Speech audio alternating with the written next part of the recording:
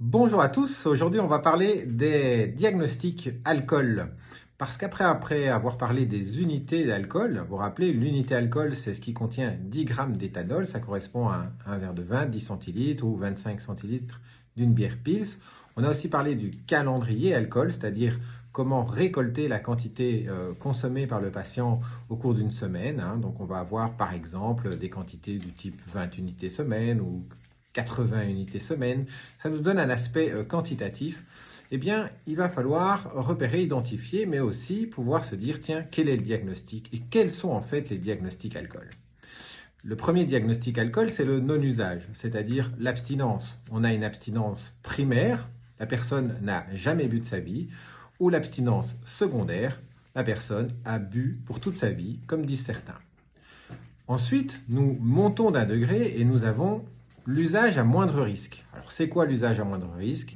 Eh bien, c'est avoir une consommation qui donne un risque limité pour sa santé.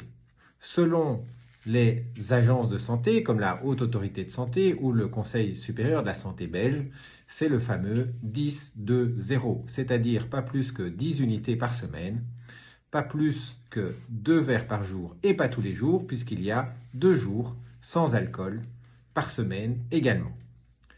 À ça, il faut rajouter pas de consommation dans des situations à risque. Vous aurez compris par exemple que c'est la conduite automobile ou au cours d'une grossesse, mais il n'y a pas que cela comme risque évidemment.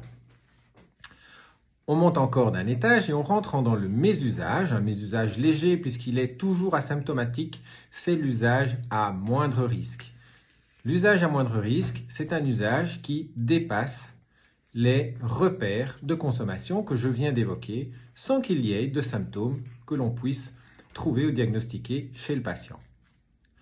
On monte encore d'un étage et là on tombe sur l'usage nocif. L'usage nocif, c'est un usage qui est lié à des conséquences, comme quoi il est effectivement important de s'intéresser aux conséquences et pas seulement aux quantités.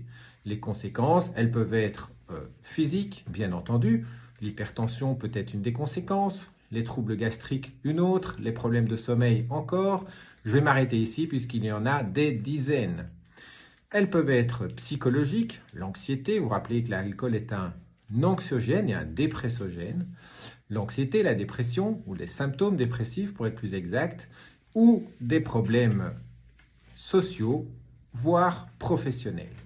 Dès qu'il y a des conséquences et qu'il y a une consommation d'alcool un peu conséquente, ne coupons pas les cheveux en quatre en disant 5 unités, par exemple, mais plus, 15, 20, et des conséquences, on parlera d'un usage nocif. Donc retenez que ce n'est pas lié à une quantité, mais plutôt à des conséquences.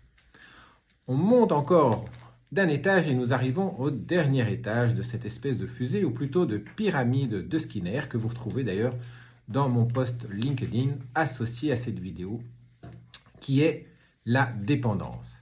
La dépendance s'appelle aussi, en tout cas dans le jargon du DSM-5, la Bible des psychiatres, le trouble de l'usage d'alcool. Il est léger, modéré ou sévère, ce qui signifie qu'une dépendance n'est pas sévère du jour au lendemain et que c'est un continuum. Vous aurez donc un début avec certains critères que l'on retrouve dans le DSM-5, par exemple la continuation de la consommation malgré les conséquences, mais aussi la tolérance ou, chez des patients qui sont déjà encore plus accros, un syndrome de sevrage à l'arrêt de cette consommation. Pierre Fouquet, le père fondateur de l'alcoolologie française, disait « Est alcoolodépendant celui qui a perdu la liberté de s'abstenir de boire ».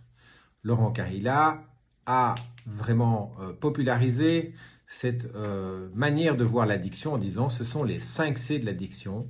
5 C pour la perte de contrôle, la consommation continue, 2e C, compulsive, 3e C, malgré les conséquences, 4e C, et avec la présence du craving qui est une envie violente et, j'ai envie de dire presque irrépressible, de consommer à un moment donné.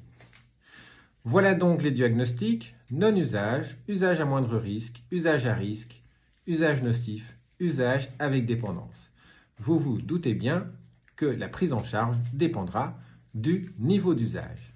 Mais ça, c'est pour une prochaine vidéo. À bientôt!